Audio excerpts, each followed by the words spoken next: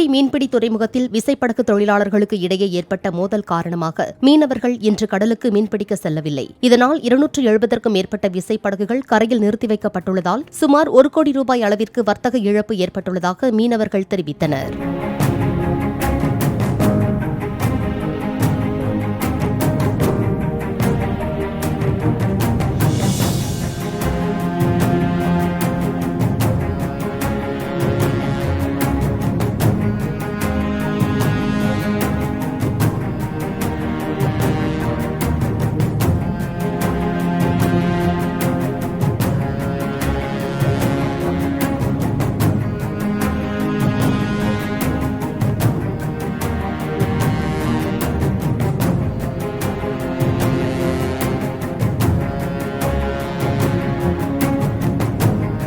Play store மற்றும் app ஸ்டோரில் இருந்து பாலிமர் செயலியை QR கோடு மூலம் பதிவிறக்கம் செய்யுங்கள்.